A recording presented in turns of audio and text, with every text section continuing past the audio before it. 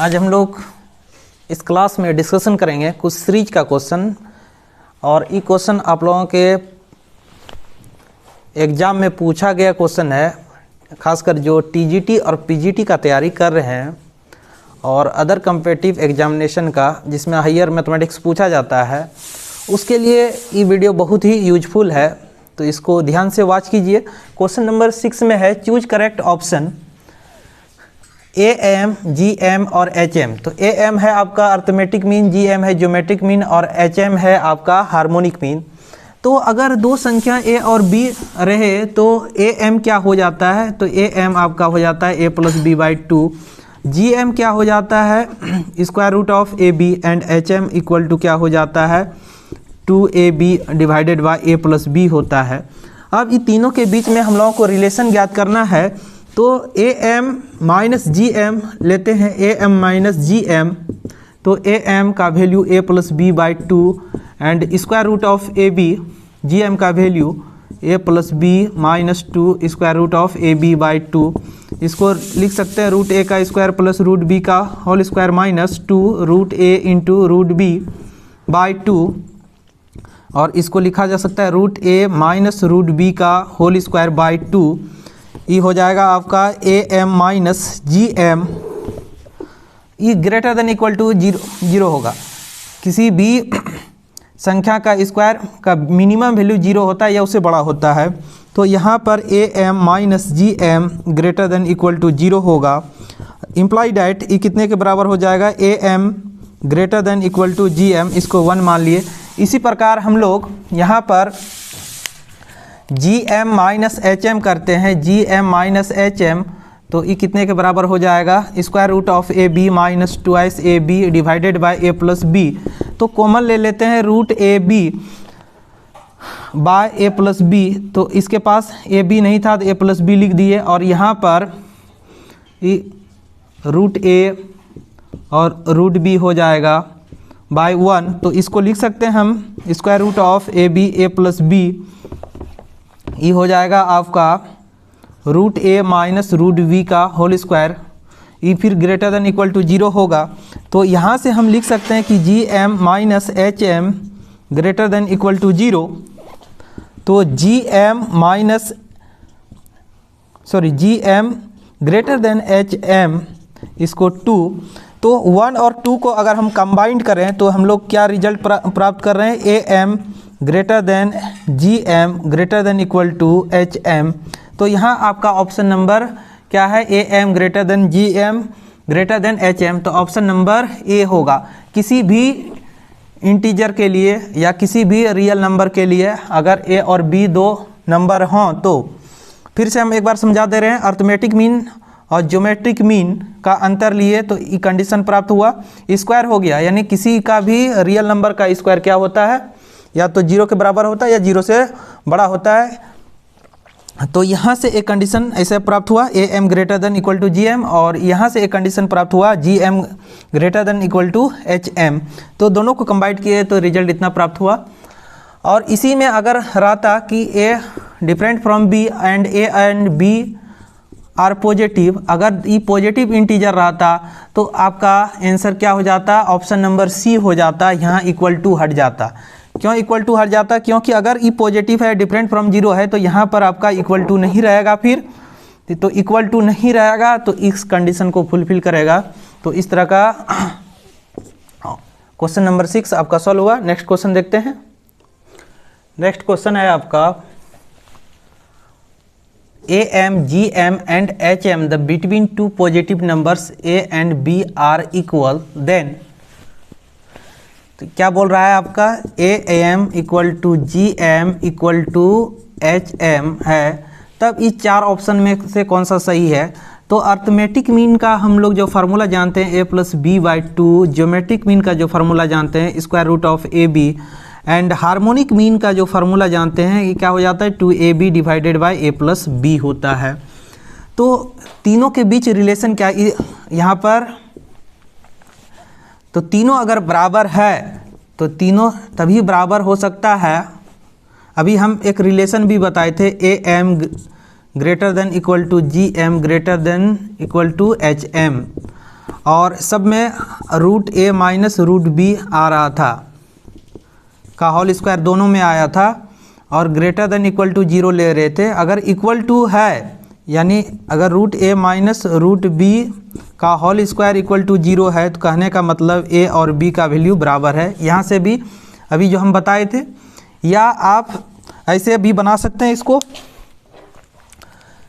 सबका मान रख दीजिए A plus B by 2 square root of A B और 2ab divided by A plus B. Hit and trial से अगर आप a इक्वल टू 1 पुट कर देते हैं, b इक्वल टू 1 पुट कर देते हैं तो 1 इक्वल टू 1 आ जाएगा इसको सॉल्व करने के बाद। तो फिर से देख लीजिए, अर्थमेटिक मीन का जो फार्मूला होता है a प्लस बी बाई 2 होता है, ज्योमेट्रिक मीन का जो फार्मूला होता है square root of A B होता है, एंड हार्मोनिक मीन का जो फार्मूला हो जाता है 2ab divided by A plus B होता है। तो ये आपको दिया हुआ है कि arithmetic mean equal to geometric mean equal to harmonic mean. तो हम ये रिलेशन जानते हैं कि arithmetic mean greater than equal to geometric mean greater than equal to harmonic mean. तो इस सब में अभी जो हम ड्राइव किए तो square root of A minus B का whole square equal to greater than equal to 0 आ रहा था। बोल रहा है कि यहाँ पर इक्वल है तो ए और बी का मान इक्वल होगा तभी होगा, या हीट एंड ट्रायल से आप इसको बना सकते हैं। तो यहाँ पर आपका कौन सा ऑप्शन हो जाएगा, ए और बी, ऑप्शन नंबर डी होगा। नेक्स्ट क्वेश्चन देखते हैं। नेक्स्ट क्वेश्चन है आपका, if x 2x plus 2 3x plus 3 are in GP then fourth term is. अगर एक जीपी का 3 टर्म दिया हुआ है और आपको निकालना है कि चौथा टर्म उसका क्या होगा, तो यहाँ पर ध्यान दीजिए कि अगर 3 टर्म ए बी सी अगर जीपी में हो, in GP are in GP, तो बी स्क्वायर इक्वल टू क्या हो जाता है, ए इंटू सी होता है। तो ये टर्म आपका किस में है, जीपी में है तीनों, तो बीच वाला का स्क्वायर यानी 2x प्लस 2 का होल स्क्वायर बराबर क्या हो जाएगा, दोनों का साइड वाला के गुणनफल के बराबर होगा। तो इसको तोड़ दीजिए तो ये 4x स्क्वायर हो जाएगा और ये कितने 8x प्लस 4, यहाँ पे 3x स्क्वायर प्लस 3x हो जाएगा। ये इधर लेते आइए, x square plus 5x plus 4 equal to 0। तो x का मान आप यहाँ से निकाल सकते हैं, ये कितने के बराबर होगा, x प्लस 1 और x प्लस 4 के फैक्टर में टूटेगा तो x का मान -1 और x का मान -4 होगा।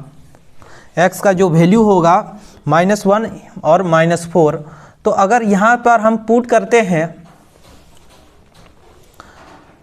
यहाँ पर अगर हम पुट कर दें तो कितने के बराबर हो जाएगा, -1, और इसमें अगर पुट करें तो कितने के बराबर होगा, ये -2, ये 0 हो जाएगा। और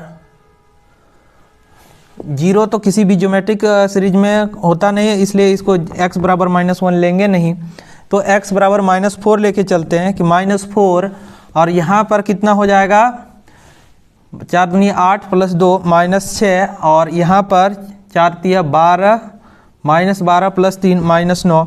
तो आपका जो जीपी प्राप्त हो गया, जीपी ऐसा है 3 टर्म। तो यहाँ पर x का मान -1 इसलिए नहीं लिए क्योंकि 0 आ जा रहा था, और 0 को किसी भी संख्या में फिर डिवाइड करेंगे तो अनडिफाइंड हो जाएगा, जो कि मुश्किल है, यानी संभव नहीं है वो चीज़। अब यहाँ पर चौथा टर्म बोल रहा है, तो r का मान क्या हो जाता है, second term upon first term, तो ये 3/2 होगा। तो चौथा टर्म का फार्मूला हो जाता है ए आर क्यूब, तो a का वैल्यू -4 है, r क्यूब 3/2 का होल स्क्वायर, तो ये कितना -4 9 कितना हो जाएगा, ये 4 क्यूब है क्यूब, तो इस 27/8 हो जाएगा, तो -27/2। तो ऑप्शन नंबर आपका डी। फिर से हम बता देते हैं कि अगर 3 संख्याएं ए बी सी जीपी में हों तो बी स्क्वायर बराबर कितना हो जाता है, ए सी।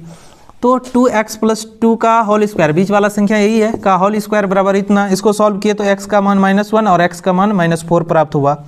-1 नहीं लिए क्योंकि यहाँ पर -1 रखते हैं तो 0 हो जाता है, और किसी में जैसे अगर -1 फिर 0, ये तो ठीक है 0/1 इस चल जा रहा है, लेकिन यहाँ पर जो है फिर नीचे में आ जाएगा कितना, अगर फिर 0/0, तो ये इनडिटर्मिनेट फॉर्म है, इसलिए यहाँ पर x इक्वल टू -1 जो रखेंगे तो सीरीज संभव नहीं है, तो इसलिए x का मान -4 लेके चले तो GP इतना प्राप्त हो गया। और कॉमन रेशियो का फार्मूला हम लोग जानते हैं, second term upon first term, तो 3/2 प्राप्त हुआ और फोर्थ टर्म ज्ञात करना था, AR³ पुट कर दिए तो -27/2। ये तो आपका आंसर ऑप्शन डी। देखते हैं फिर नेक्स्ट क्वेश्चन। आपका नेक्स्ट क्वेश्चन है, if a to the power x equal to b to the power y equal to c to the power x and b square equal to AC then y equal to, या इसी question को ऐसे लिख सकता था, if a to the power x equal to b to the power y equal to c to the power x and A B C are in GP। अगर हम लोग जानते हैं कि 3 टर्म अगर GP में हो तो बीच वाला का स्क्वायर दोनों के साइड वाला के गुणनफल के बराबर होता है, तो b square equal to AC, that is हम यहाँ पे लिख सकते हैं ABCR इन GP। ऐसे भी क्वेश्चन को लिखा जा सकता था। तब बोल रहा है कि y का मान कितने के बराबर होगा, तो आपको यहाँ पर दिया क्या हुआ है, since a to the power x equal to b to the power y और c to the power x equal to k मान लीजिए, से माना। तो यहाँ और यहाँ से आप अगर a का वैल्यू अगर निकालना चाहते हैं तो a का value k to the power 1/x हो जाएगा, b का वैल्यू अगर यहाँ से निकालना चाहते हैं तो k to the power 1/y होगा, और c का वैल्यू अगर निकालना चाहते हैं तो ये कितने के बराबर होगा, k टू द पावर यहाँ पे z होना चाहिए, z होगा तो 1/z हो जाएगा।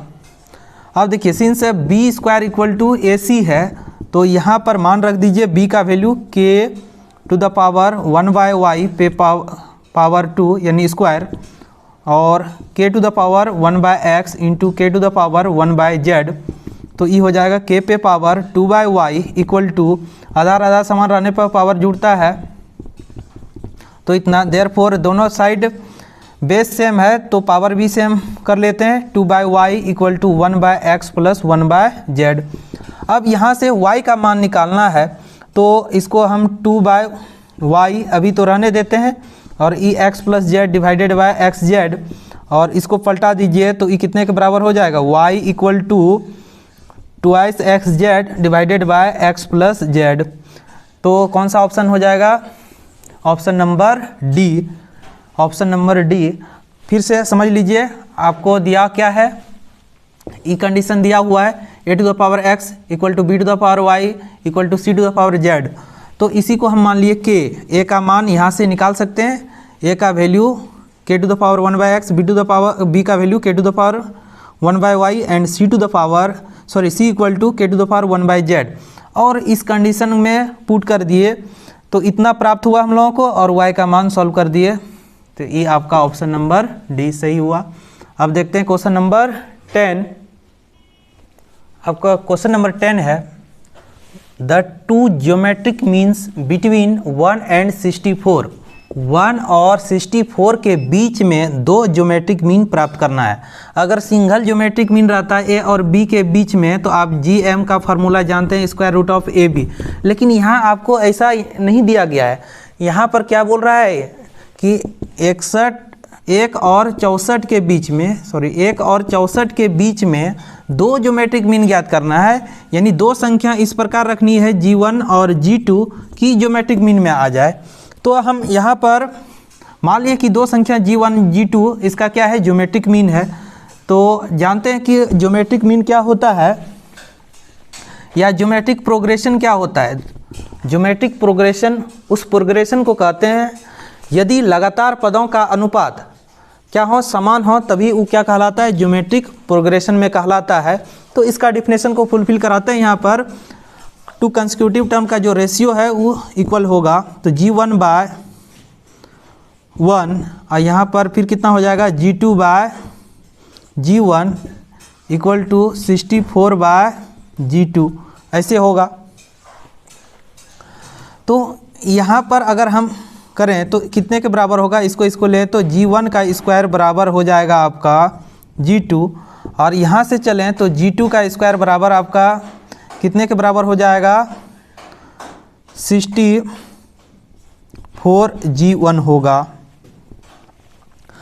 तो यहाँ से G1 का स्क्वायर है, तो अब G2 के बदले में रख दीजिए G1 का स्क्वायर को, तो कितने के बराबर हो जाएगा, यहाँ से ये हो जाएगा आपका G1 टू द पावर 4 हो जाएगा, और यहाँ पर G1 तो एक कैंसिल हो जाएगा, G1 का क्यूब बराबर आपका हो जाएगा 64, तो G1 बराबर हो जाएगा 4। जब G1 का वैल्यू आपका कितना हो गया, यहाँ इसका वैल्यू 4 हो गया, तो 4 हो गया तो ये रख दीजिए, तो G2 निकल जाएगा आपका यहाँ से, 4 का स्क्वायर 16, तो इसका वैल्यू कितने के बराबर हो जाएगा 16। तो बेसिक डिफिनेशन से ये सॉल्व हो गया। फिर से हम बता दे रहे हैं कि 1 और 64 के बीच में दो ज्योमेट्रिक मीन ज्ञात करना है। कहने का मतलब दो संख्या इस प्रकार रखनी है कि ताकि वो जीपी में बन जाए। तो हम ये जीपी का फॉर्मेशन कर लिए, और ज्योमेट्रिक प्रोग्रेशन का जो डिफिनेशन होता है, टू कंसेक्यूटिव टर्म का जो रेशियो होता है, दो लगातार पदों का जो अनुपात होता है वो समान होता है। तो G1/1 इक्वल टू G2/G1 और 64/G2। तो यहाँ से एक कंडीशन इतना प्राप्त हुआ, 2 को लिए, फिर यहाँ 2 को लिए, तो ऐसे प्राप्त हुआ।